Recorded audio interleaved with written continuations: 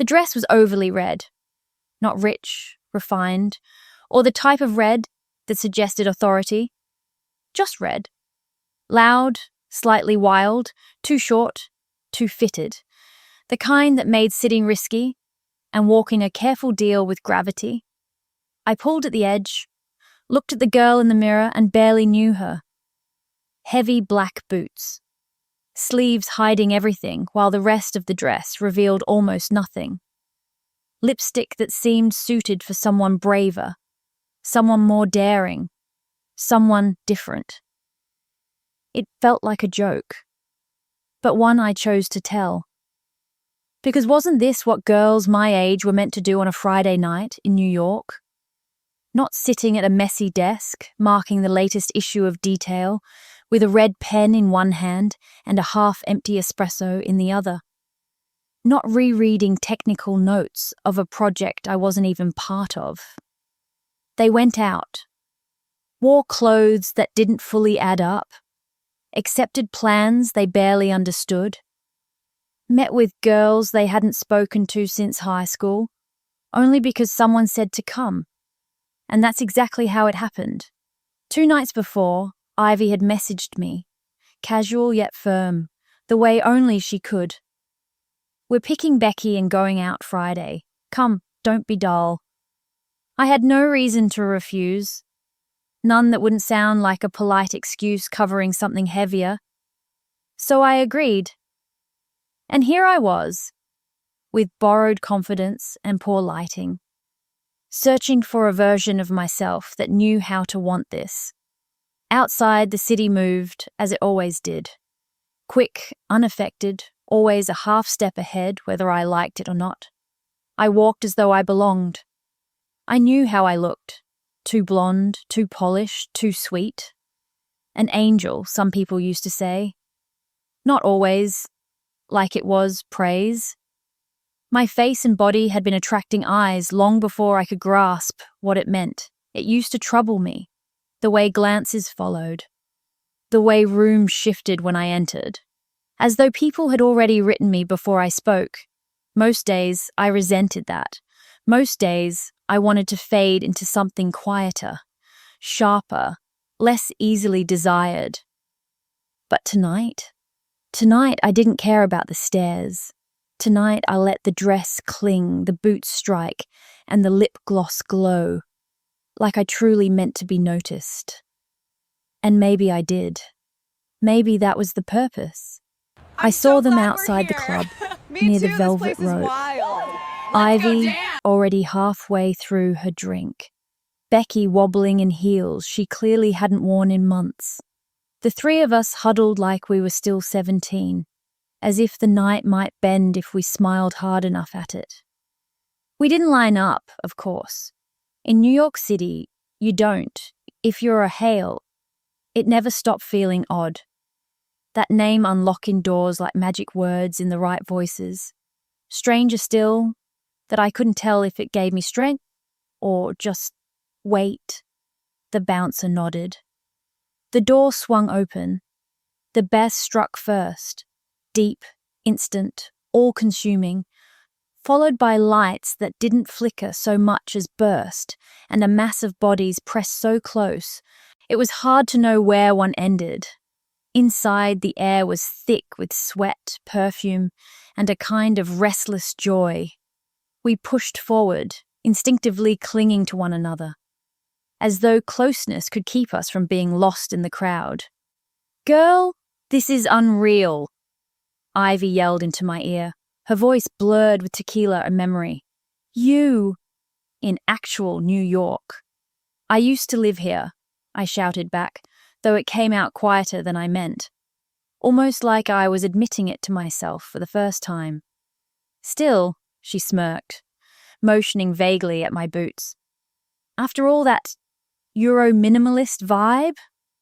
I'm impressed Becky spun, unsteady again, but smiling wide. "So you're back? Like, staying?" "That's the plan," I replied. "After my brother's whole PR mess, I thought I'd stick around.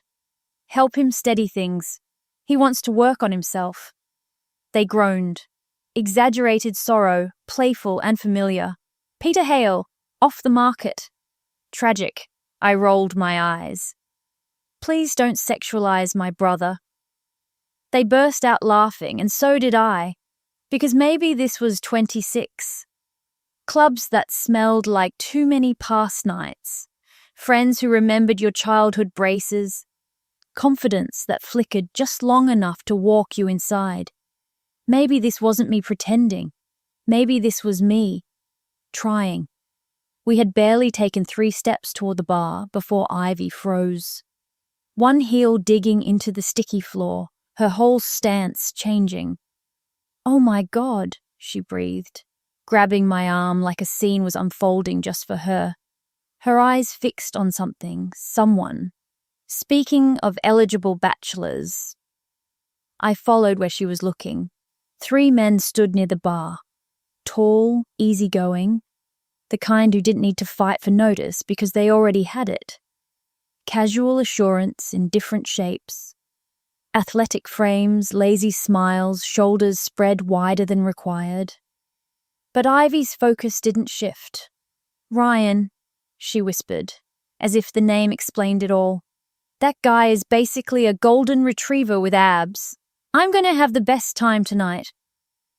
Becky let out a squeal mixed with laughter. Ivy didn't hesitate. She was already walking. Hips loose, hair flipped over one shoulder. Like the pull toward him gave her no choice. For a moment, I had the absurd thought this had been the plan from the start. That everything before now was just set up. Ryan brightened the second he noticed her. His arms spread, not quite a hug, but nearly there, his body angled toward hers with the ease of someone sure how the night would unfold. No doubt. No strain. But instead of drawing her onto the floor, he stopped, turned back to us, grinning like we were part of some larger joke he hadn't yet shared. "These are my friends," he said. "This is Jake." And Nash is Jake. The name landed before the sight of him did. Tall, a few inches past 6 feet. Messy dark hair, like he hadn't bothered to fix it. And didn't have to. Sleeves rolled, forearms bronzed and lean. Shirt crisp enough to show effort. Sneakers clearly not cheap, but not meant to draw eyes. He looked steady. Like he knew exactly who he was, and had no urge to prove it. His gaze moved between us.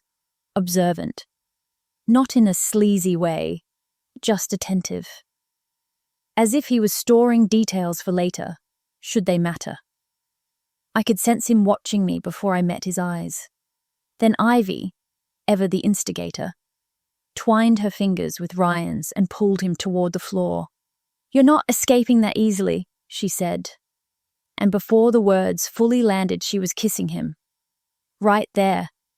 In the center of it all. No build-up. Just fire and hands and stilettos. Becky gasped, thrilled. I blinked, too sober to find it amusing.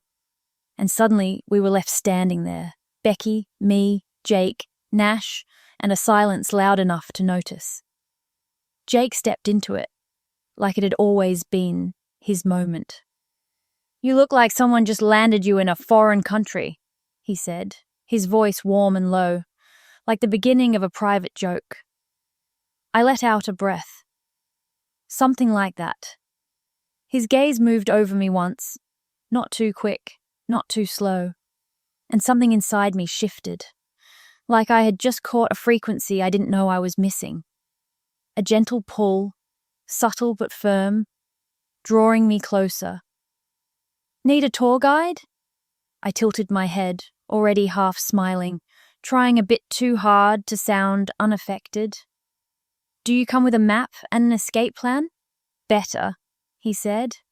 "I come with strong cocktails." "Deal," I answered, because I desperately need one. And just like that, we moved toward the bar, shoulder to shoulder, not touching, but close enough that the heat between us started to hum. As if the night had just taken its first true breath. "All right, tell me, who are you when you go out?" Sarah with borrowed confidence, Becky in shaky heels, or Ivy on a mission.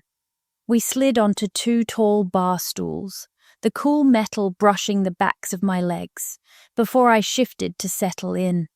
The lighting above was dim and golden, casting that certain glow that makes you feel at once exposed and hidden. Jake leaned toward the bartender, his voice low, barely above a murmur. I caught a trace of a grin when he glanced back at me. "I'll get you my favorite," he said, eyes bright. "But no judging, okay?" That smile, confident but not smug, made me suspicious in a way that also made me curious. Like I wasn't sure if I was being teased or invited into something new. And suddenly, a quiet, unexpected pull tightened in my stomach, sharp enough to make me shift slightly on the stool. For a moment, we just stayed there, side by side in the humming pause between songs, letting the bass vibrate through the floor and the warm murmur of voices fill the background. I tried to speak, but the music swallowed it whole. So I leaned closer, close enough for my shoulder to brush his, close enough to feel the air shift between us. And then, the noise seemed to fade, not gone, but blurred in that way it does when the world narrows to one person. My lips parted, ready to speak, but the words vanished. Whatever question I had disappeared. Heat crept up my neck, spreading into my cheeks, warmer than the air around us could explain. A shiver raced down my spine at the faintest nearness of him, at how close he was without actually touching me. "How's the night treating you so far?" I finally managed, silently hoping the catch in my voice didn't give too much away.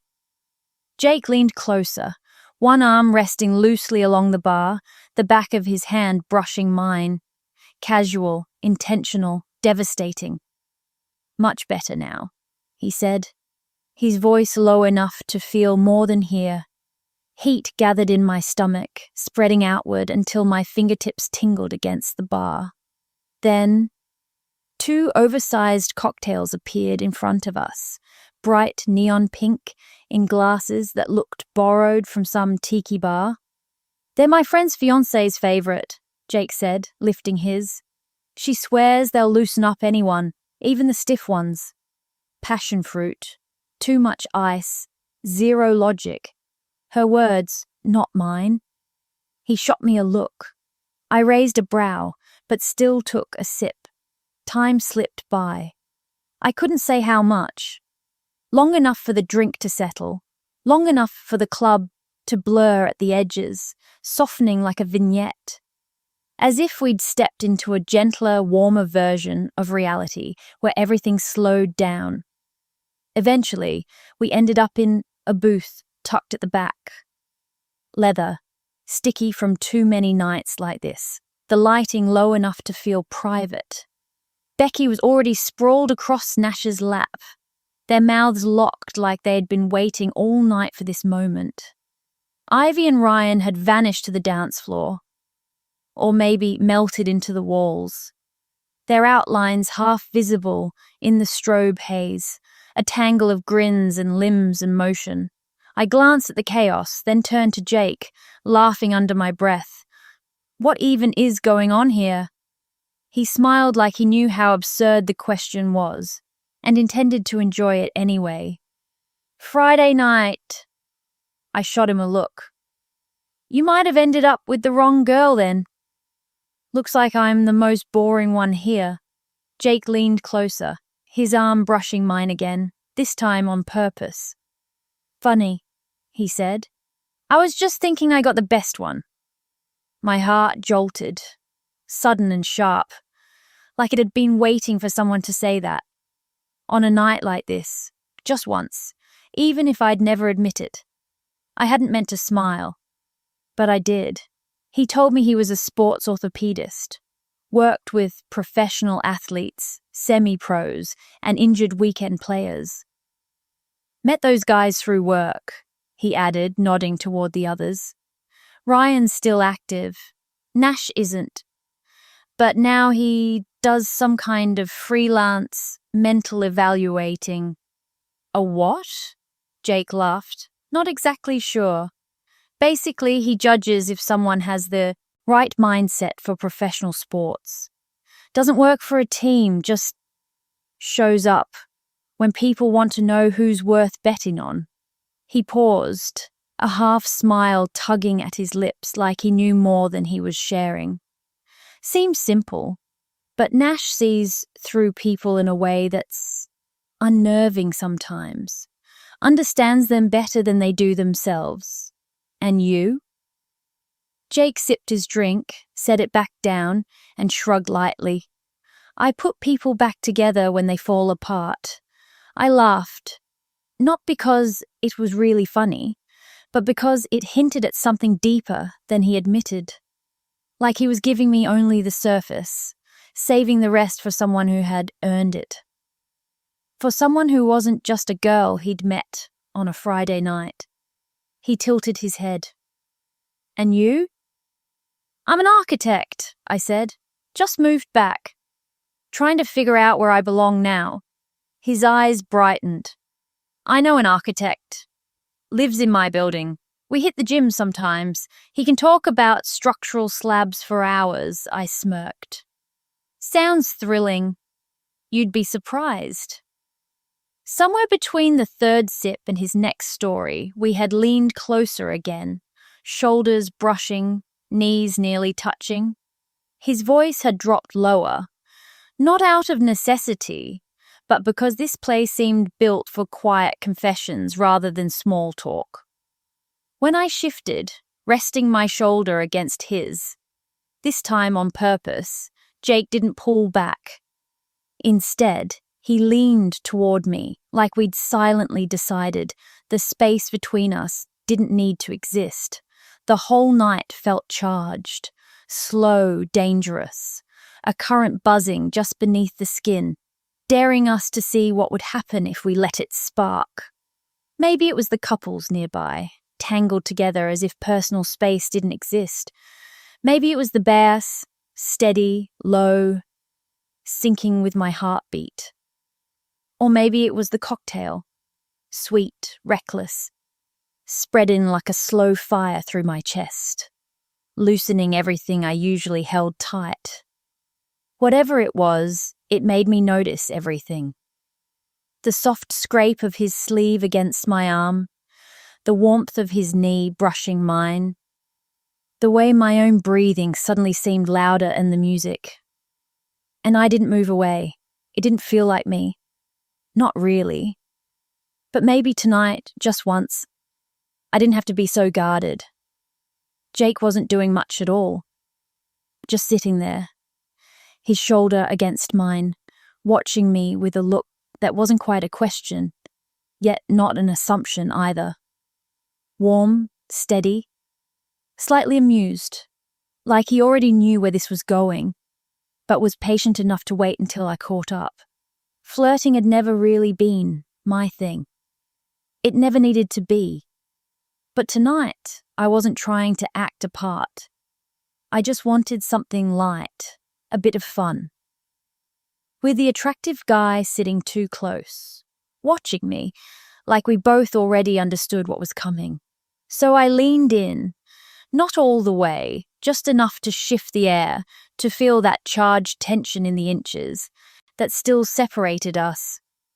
I've got this terrible knot in my neck, I said casually, teasing myself while giving him an opening.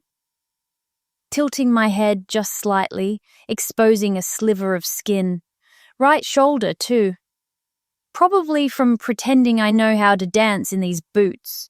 He turned fully toward me then, and something in his eyes shifted. Sharper, darker, aware. As if he knew exactly what I was doing and had no hesitation about meeting me there. Here? He asked, already moving, 2 fingers rising toward my neck, hovering for a moment, playful.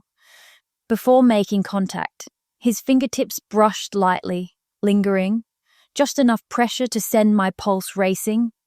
just enough restraint to make me want to lean closer.